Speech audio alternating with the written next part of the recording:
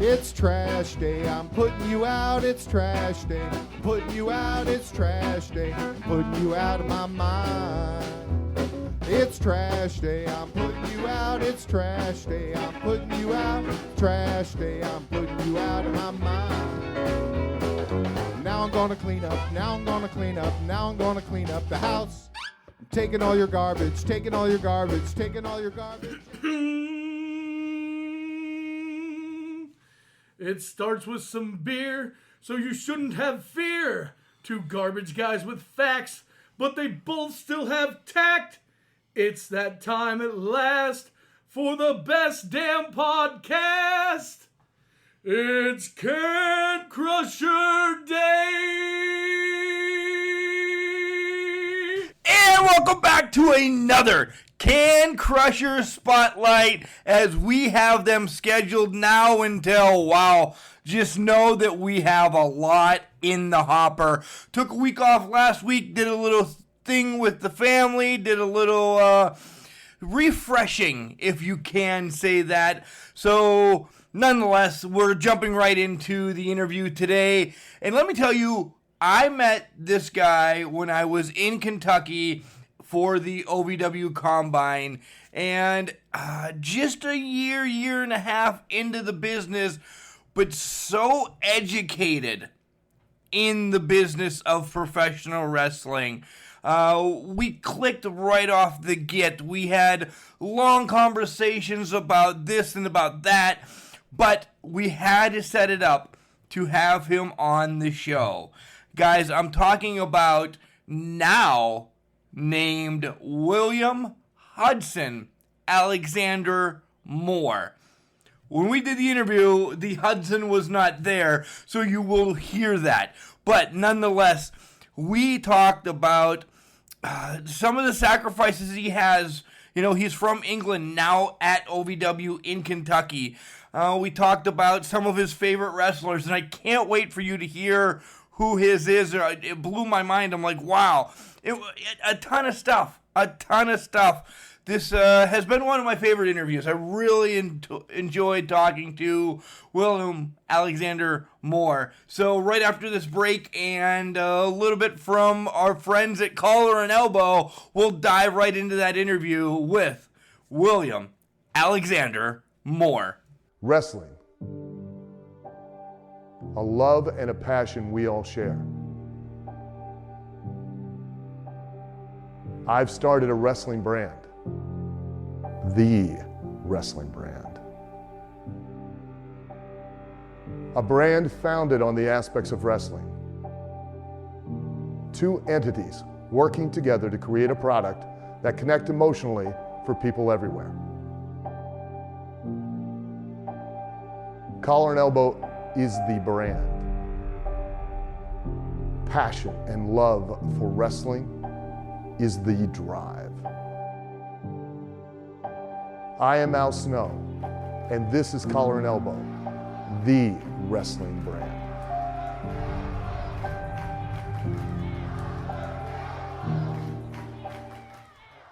And welcome back to Can Crushers. This week we have another OVW star in the making from across the pond. Let me make sure I get his name exactly correct like I did at the Combine. Folks, I want to bring to you William Alexander Moore. Welcome to the show, buddy. Hello there. How are you? Good. Before we get into wrestling, let's get a little background on you. Tell us about traveling across the pond to the United States. How'd that happen? Sure. So I first started training just over a year and a half ago under one of the sister schools of the Al Snow Wrestling Academy in London, under Terry Thatcher and Liam Dunn. We offer a lot of opportunities when you reach a certain level, such as traveling across to the States to actually train with the OVW roster. And an opportunity came up pretty much for me to travel here for 3 months, and here I am. And yeah, only 3 months, but it could lead to more, correct?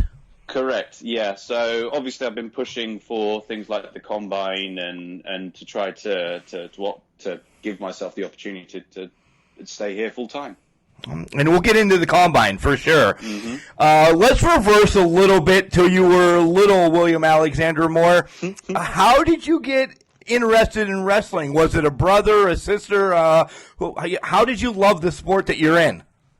Sure. So I am a child of the 90s. So I grew up watching pretty much the era just before the Attitude and into the Attitude era. So I grew up watching sort of my favorites growing up were like Jake the Snake Roberts, which then evolved into the Attitude era where it was the likes of Shawn Michaels or Matt Hardy and sort of stuff like that. I sort of grew up watching this with my family on a sort of average Friday night.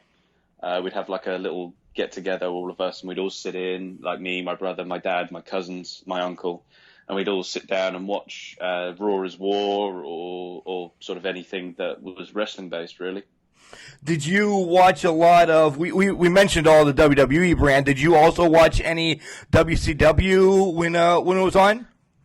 Yeah, I did. I mean, obviously we watched a lot of things like Summer Stampede, Starrcade. One of my earliest memories of wrestling was Lex Luger coming down with a very silver cape to fight Sting, I believe. We had a lot of stuff on tapes. So it was more predominantly WCW that was on tapes prior to WWE really sort of kicking off with that sort of aspect. ECW in the UK we watched a lot of, but in its early days it had a sort of stigma about it where it came with more of the hardcore aspect. But looking back at it now, I can see there's a lot more technical side of it, and I'm a lot more of a fan of watching that sort of style of wrestling. Yeah, you mentioned Jake the Snake, and you as prim and proper and debonair as you are, how did you like Jake as a child, and you're so perfect right now? So two reasons. One of the reasons was whenever I listened to him watched him do a promo or something like that, you could just listen to how he spoke, and he spoke so softly and so calmly, just that he was in control of the situation and he knew exactly what he was going to do. He told that story prior to the match of what was going to happen, and you believed him 100%. Storyline's the biggest thing in professional wrestling, correct? Yes and no. I mean, you can have a really good storyline, a really good interesting with two really interesting characters, but you still need to have the belief or the passion behind what you're doing and how you're doing to achieve that goal of getting the audience or the crowd invested. That is correct. That is correct. So how did you come across OVW? I know you mentioned Terry and all of that, but there's more training facilities in the area of any area. How was OVW your number one selection? Correct. There are. I mean, I've also been sort of attending more towards the end before I came out here. I was also attending Q Wrestling, which is also run by Rishi and Raj Ghosh.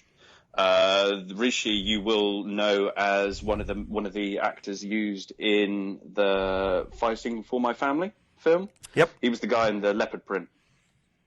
But yeah, so the reason why I chose to go to Al Snow Wrestling Academy was I was looking around my local area trying to find wrestling academies, and basically this pop-up came on Facebook saying that there was a professional wrestling academy within an hour and a half drive. I contacted Terry and started training there. Now, being a child of the 90s, you knew who Al Snow was. Did you like the WWE Al Snow better or the ECW head Al Snow? I liked them both, to be honest. I didn't really have much of a preference. I think that what he is as a character was truly sort of spectacular. He made himself his own. He made himself an individual. That is such a PC answer in case he's listening. That is so generic, and I'm calling you out. So talk a little bit about the difference between Terry's training and Al's training. So both of them use the same fundamental aspects of training. So they break down into beginners, intermediates, and advanced. So at the beginner level, you will learn the technical aspects of wrestling, so lockups, holds, transitions, submissions, all of it leading to you being able to do a 5-minute match. with just to show that aggression, to show that integrity, to show that will to fight, that will to win. You then go up to the intermediate level where you actually sort of step foot in a ring in that regard. You learn how to run the ropes, you learn how to take slams, you learn how to develop yourself as a character and truly come alive and truly put on some sort of fantastic matches, in your own words. You then move up to the advanced level where you will learn strikes and true in-depth sort of character building and more in-depth match psychology. Yeah, and I actually got to sit into one of the trainings. I'm not sure which one it was on Thursday night when we were down in Kentucky, and you and some others, won't name anybody who was there, just because we're going through this training. And Al, I liked him showing you moves and training like that.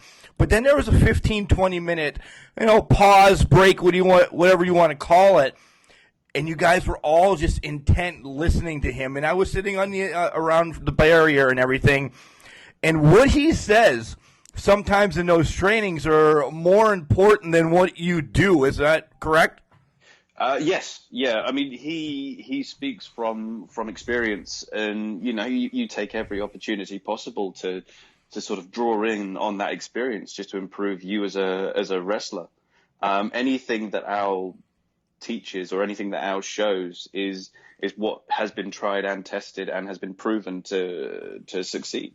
Yeah, and that's for sure. As he's been around the business a while, he's helped many superstars get to where they are today, and Correct. Hopefully, in time, William Alexander Moore will also be one of them.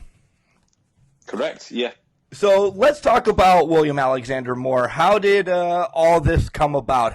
Who is William Alexander Moore? Okay, so William Alexander Moore is a posh polo player who's very articulate, very well educated. He's a man who likes to flaunt himself, likes to sort of show his wealth, show his knowledge, show his experience with others. He's the epitome of, how do I describe it in words? If you guys have seen Gladiator, he's very much him. He's very much the villain, the main villain from Gladiator, only turned down a few notches. Not much, though. Not many. Much. No, Not because many. you were right on that line. Yeah, without a doubt. Yeah.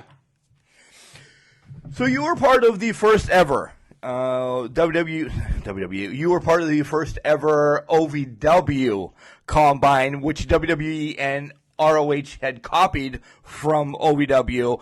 I know we talked to you at the Combine, like the day of, but let's run through the Combine real quick. Is that all right?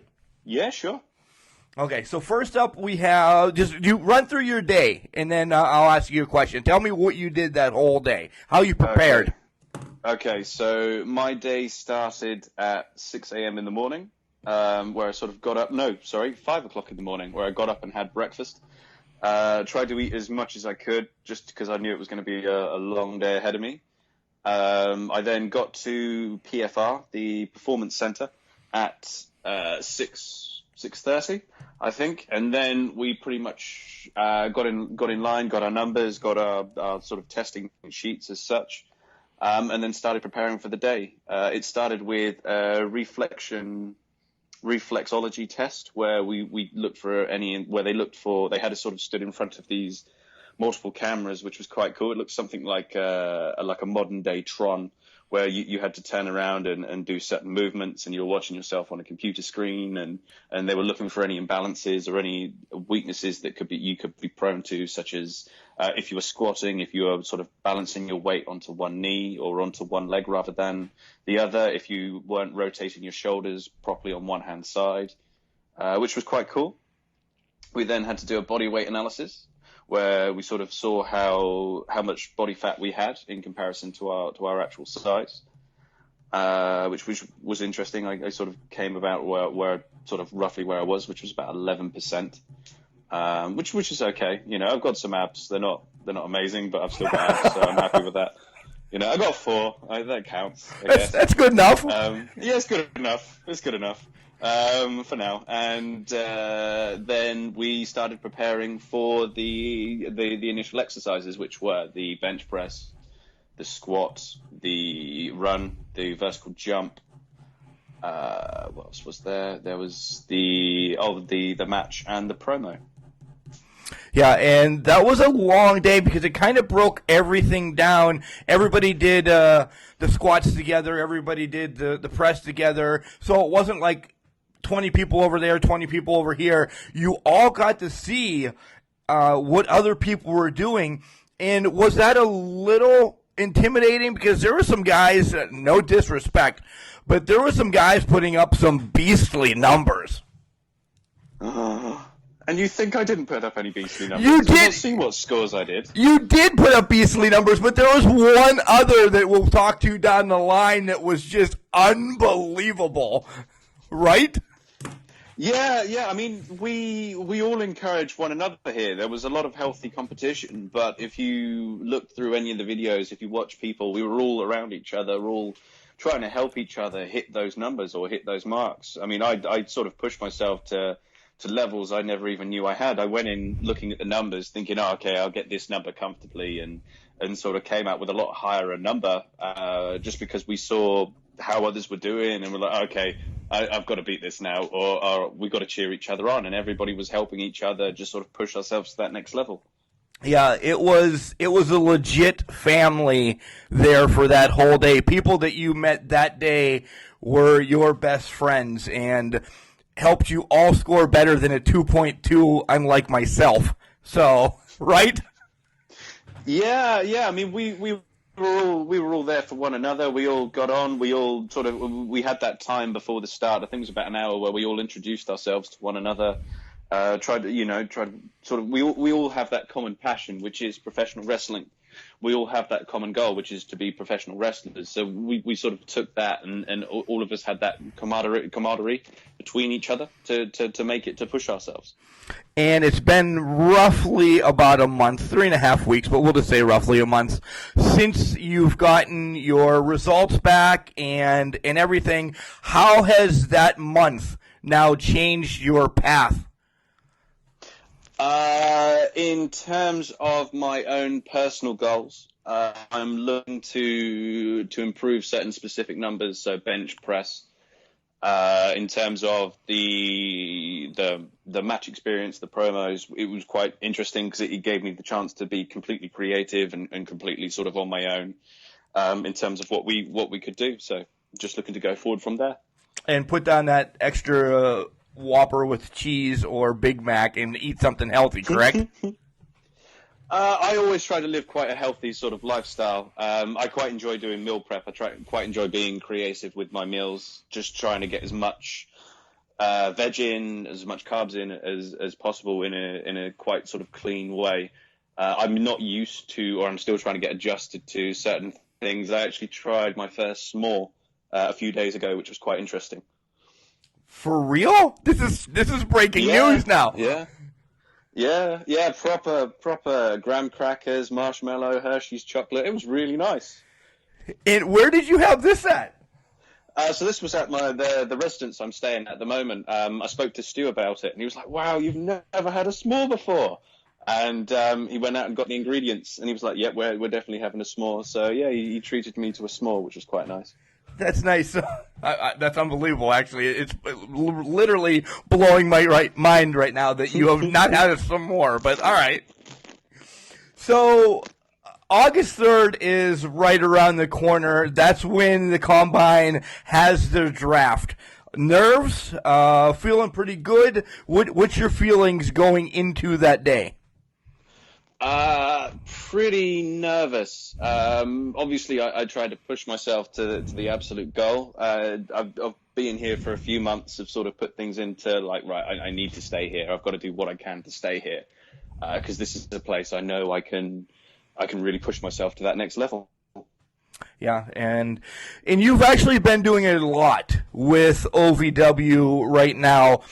They just had a show in Fort Knox. And there's many Americans that don't get into Fort Knox and do what you did. So talk about some of what you did in Fort Knox. Yeah, sure. So the week prior to the show, we got the opportunity to go around the actual base itself and see some of the sights and sounds that they had to offer, what they do to teach the troops. So we got to go to like a virtual reality gun range. So we worked with what looked like modified rifles, which were quite heavy, and shoot at some virtual reality targets. We had the option. We also got the opportunity to see how the guard dogs are trained, so the bomb sniffing and the drug sniffing dogs, as well as what they get taught in how to de-escalate a situation with an armed assailant, which was quite cool. We also got to sit in the mess hall and interact with the soldiers, so they got to learn a lot more about us as wrestlers, and we got to push the salute to service show. As well as a tour of the museum, where we got to see many artifacts from both the world wars and artifacts from around the world, really, which had been sort of collected and gathered on show for the public. Yeah, and two things out of this, but three things actually. One, you actually got to do a promo, sort of, kind of, for Gladiator Sports Network about all of this, correct? Yeah. They, I was walking around, and they gave me the option to do like a quick documentary as such on my time at Fort Knox and walking around with the architecture and with everything that was around the museum at the time, which was really cool. And I'm truly grateful for the opportunity that I had to sort of speak my mind and to sort of say how I truly felt and how honored and how privileged I was to be there. Yeah, again, to have someone like you, as my air quotes are up, foreigner, get to be there and tell us about it. That was actually one of my favorite moments watching it from my house, seeing you on there telling me about something that, I might make it to Fort Knox, I might not, but you gave me what I needed to know about it. Now I really want to go. So, yeah, it's really recommended. It's such an interesting place. It really puts things in perspective and just truly what you as a country have gone through and what you have to offer. Secondly, I'm glad to hear that they were not real rifles, AKs, or I'm not a gun guy in the first place, but I'm glad to hear that they weren't live ammunition rifles, because there's a few people on that OVW roster that should not be playing with guns. I'll call out Callie and maybe Justin Smooth, but were you worried when they gave you this gun and there's some crazy lunatics right next to you holding it? Oh, no, not at all. Not at all. I think everybody sort of, the second we entered the room with the gun range, I think everybody just sort of put their competitive hats on and just sort of went, all right, let's see who's got the game, who's got this, which was quite cool, which was quite interesting. Okay. And third, about the Fort Knox show, you actually had a match on the show. So how exciting was that? That was amazing. To be given the opportunity to come out in front of that crowd and showcase my talent or my ability or try to just be a part of that show in any way possible was just fantastic. Recently you guys took another road trip, and I saw this one, and this one's always near and dear to my heart when any organization, I'll just put it that way, goes to like a special needs, or it was called Achieving Dreams. You guys went there, and I'll get to the funny part, but you really got to spend time with some special needs children. How does that pull at your heart? It does for two reasons. So prior to professional wrestling, one of my other careers was actually working at a special needs school. So it's something that is quite close to me on a personal level. This was before even given the opportunity to go there. When we got there, it was absolutely amazing experience. We got the option to sit there, to interact with the kids, to ask for them to sort of ask us questions and to sign autographs, and yeah, it was a truly amazing experience. Any silly questions that you got, being from England or anything? No, not really. Not at all. I got challenged to an arm wrestling match. I lost, unfortunately. But yeah, no silly questions at all. You also learned how to floss, I saw as well. Yes, terribly. You are horrible. You are horrible. Oh yeah, I am not a gifted dancer. It's one of those things I've sort of grown to accept in time that dancing is not one of my talents. Yeah, I feel you there. I am the fat white guy on the floor, and then everybody just lingers away from me. Yeah, I do the cool lean on the wall, nod the head, bob to the beat kind of. That's me. I'm in the corner, just nodding my head, looking cool. Maybe wearing sunglasses, maybe wearing like a fancy shirt or something like that. But that's me in a nutshell. So a 90s child doing 80s moves, right? Yeah, effectively. Yeah, that's William Alexander Moore. Yeah, in a nutshell. So how much wrestling do you get to watch? Take OVW out, and you and your roster and your competitors and everything.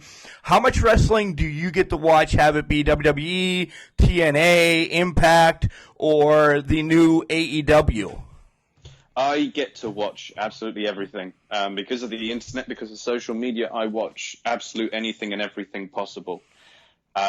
Even sort of outside the realms of, at the end of the day, professional wrestling is products. WWE is a product, AEW is a product, TNA is a product, New Japan is a product, Ring of Honor is a product. Even in the UK, you have the likes of Progress. That's its own sort of product. I try to watch as much wrestling as physically possible, as there are so many different variants of styles out there at the moment. Obviously, where you have your brawlers, your grapplers, your technicals, your high flyers. It's such a varied range of wrestlers that are out there at the moment. And I know the answer to this, but I'm going to ask it anyway, just so others can find out what the answer is. What is your favorite style right now? Technical. Yeah. See? Yeah. Jeez. Thanks for the long-winded answer, William. Yeah.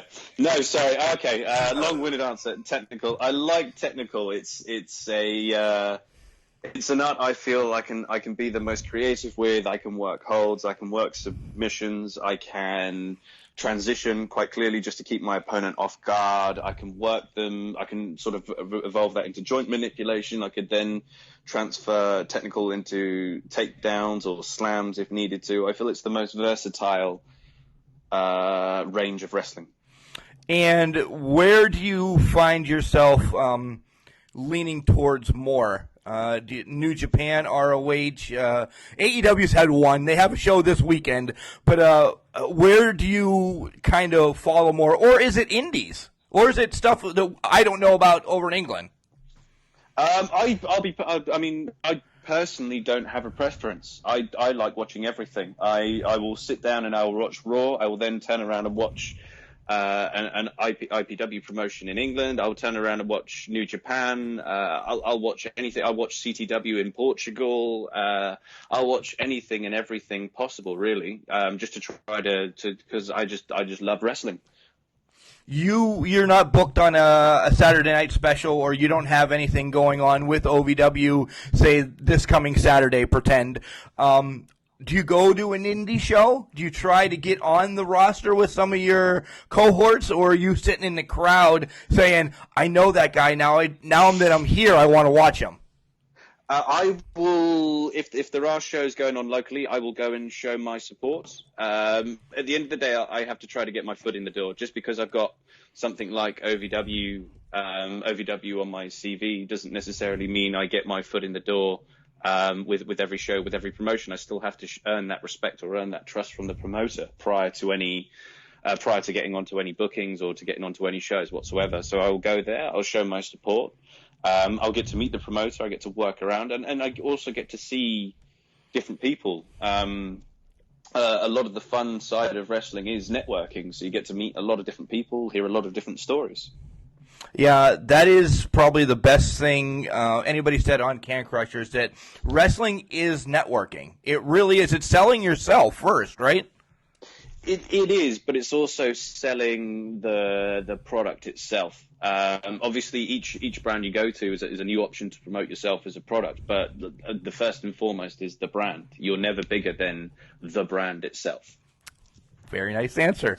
Very nice answer. So, all right, who are some of your favorites that you watch now? And you can say all technical wrestlers if you want to, because it's a follow-up question after that. Okay, so in terms of wrestlers I enjoy watching now, I tend to mix up with what I'm watching. So Dean Malenko, Chris Benoit, Eddie Guerrero, that sort of style of WCW. Bob Backlund, he's quite a fun one to watch. Obviously, Jake the Snake Roberts. Going across to WWE style, I like watching Randy Orton or Dolph Ziggler, just how they move, just the fluidity of their movements. They tend to sort of watch a lot of, in New Japan, watch a lot of Bullet Club, what sort of some of those guys have to offer. Transitioning to Marty Scurll, he's quite an interesting character with how he sort of works his technical gut aspect, and then going back to a few years ago, back in the UK, where you had World of Sport, where we had Marty Jones, Johnny Saint, Big Giant Haystack, sort of areas like that, really. Marty Scurll is one of my favorites. I'm glad somebody's brought him up. We talk about him a lot because he did an NWA show in Charlotte, North Carolina that we went to, and he's just amazing. Sorry. So, dream match then, out of anybody that you just named, past, present, future, whatever. All right, here's your question. Your dream match, your stipulation, and where do you want it to be? Ooh, I'm going to say... Ooh, that's an interesting question, actually. I've never thought of that before. I'm going to say Jake the Snake Roberts at King of the Ring, and let's go with something a bit different. I'm going to say that there's no ropes in this match. And that on the outside of the match is a load of snakes. First of all, I'm not coming because the load of snakes has just got me out of the arena. I like that you're bringing back the pay-per-view King of the Ring. And then the where. Where would you, what city? Oh, so I'm a massive Disney buff, so it would have to be Orlando, Florida. Wow. With like Mickey or Minnie or Goofy as a special referee? No, not that. Unfortunately, it'd be a normal sort of traditional referee. Okay. But yeah, no, Orlando, Florida would be the place. Anybody but Dan Spencer is your referee. I've got no problems with Dan Spencer being the referee. Okay. Finally, two more things, and then I'll let you do whatever you want to. I know you're young into the business, only a few months, year or so, right? Yeah, just over a year and a half. So, but what do you still want to tell the kids that want to come into the business right now? You are now a veteran, sort of, kind of. What do you tell the next class behind you that wants to be in wrestling? What's your advice? So people have asked me what sort of got me into wrestling, why I do what I do, and what sort of what sort of steps I've taken to get to where I've got to. The one thing I can offer them is persistence. You will be needing to make sacrifices. They will be both social and dietary. So it's a lot of being able, as you said, to be able to put the Big Mac with bacon down and sort of pick up the chicken salad, so to speak. You will be needing to put in a lot of effort and a lot of time in wrestling, understanding the fundamentals and working your way up. It's a process. You have to crawl before you can walk, before you can run. Nice, yeah. That's life in general, but yes. Yeah, very much so. I mean, there's a lot of sacrifice. I've sacrificed a lot to get here, just to get here to this stage. So all I can do is say that from my experience that the sacrifices and everything I've done so far are paying off. Well, let's speak of you're going to bring not to a head yet because the sacrifice is a huge word. Let's talk about the sacrifices. What did you leave behind in England? I know it's 3 months, but it could be a lifetime. What is left behind in England while you're here in Louisville, Kentucky right now? I have a big family, a big, very supportive family that I've left behind. Obviously, a big social group of people that are all behind me and sort of message me quite a bit, sort of showing their support and guidance and wanting to learn how I'm doing.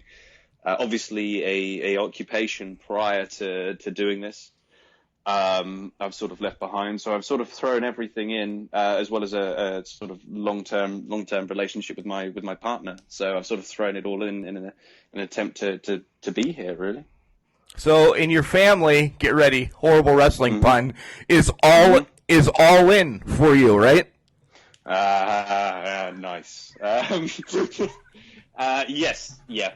Yeah, they're behind me 100%. They understand that this is something I've wanted to do, and this is something I've sort of effectively just sort of tried to cash my chips in for. Anybody come visit you in the time that you've been here yet? No. I've sort of tried to keep that sort of separate as much as possible. I've basically advised to everyone, including my girlfriend, that. Girlfriend and her sort of child, that it's 3 months for me to focus on wrestling. You know, I don't want it's not something that I'm doing as a jolly. I'm not here for fun. I'm here to dedicate myself to this professional sport. Nice. And just continue to get better week after week, day after day, minute after minute. Correct. Yes. All right, Mr. William Alexander Moore, This is your time to shine. You can have open forum, but you also have to tell everybody where they can find you on social media so you can get the likes, loves, hugs, kisses, and whatever else you want. All the adulation, all the cheers, all the applause, all the boos, yep, all that jazz. Yes. Perfect, thank you. Hello there, OVW Universe. It's the sensation sweeping the OVW nation. It's the modeler amongst men. It's the 12 out of 10, William Alexander Moore, reminding you to stay tuned and to be at the Davies Arena every Wednesday from 7 p.m. to watch me and many other OVW superstars. And now give everybody, do you want them jumping on your social media saying, hey, I hate you or anything? Oh, yeah, no, by all means. By all means. There's no such thing as negative publicity. So, I'm on Instagram at William Alexander Moore. My social page on Facebook is William Alexander Moore. And I'm still trying to understand Twitter. So if somebody could send me across a quick guide on how to do Twitter, I'll slowly get onto that one. Twitter's just so rough. Sometimes it's good. You'll get information that you want. Sometimes Twitter is just garbage, literal garbage on your phone for hours. Yeah, I mean, it sort of took me a while to get a hold of Instagram and how to properly utilize that. So I'm sort of working my way. I'm like, okay, cool. I feel like a bit of an aged dinosaur that sort of social media still eludes me to that perspective as it's like the thing at the moment. Dude, I'm 42, and how do you think I feel? That's fine. You don't look a day over 41, so you're fine. All right, buddy. William Alexander Moore, thank you for coming on Can Crushers. I hope to be seeing you real soon again in Louisville. No, by all means. It was a pleasure doing this podcast. So I didn't tell you that he likes to poke fun at me. I am only looking good for 42, looking 41. No, he's a great guy. He really is. And I'm really shocked about the Jake the Snake thing. You know, that was the thing. Did you guys hear that?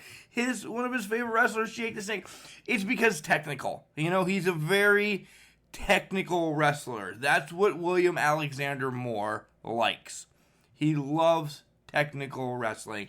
Guys, you can find him along with all the OVW stars on the OVW network. That is only $4.99 a month. They've been putting up all the specials. You can find out some of their stuff still on YouTube. Make sure you just check it out.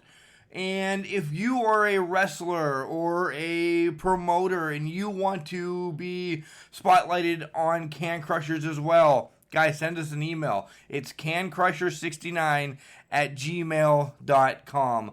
Like I said, we have a lot more in the hopper. In fact, recording 2 this coming weekend just to keep them going. But I never let you know who's coming until that week. I want to shout out to Al Snow, Al Snow and Al Miller. Wow, you can tell it's been a crazy week at work. No, shout out to Al Snow and Chad Miller for making all this happen. All the past guests that's been on the show, thank you. We love, just coming on. A couple of you already reached out to say, hey, let's come on, let's do part 2.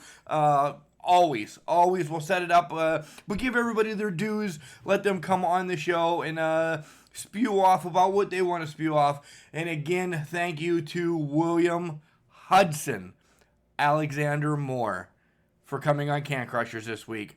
Guys, remember, just because you're trash doesn't mean you can't do great things. It's called a garbage can, not a garbage cannot. We'll be back Wednesday with another free-for-all, more or less, just a trashy show. Guys, have a great weekend. A lot of wrestling going on. ROH tonight, AEW, and if you're not going to watch any of those, support indie wrestling. It's great.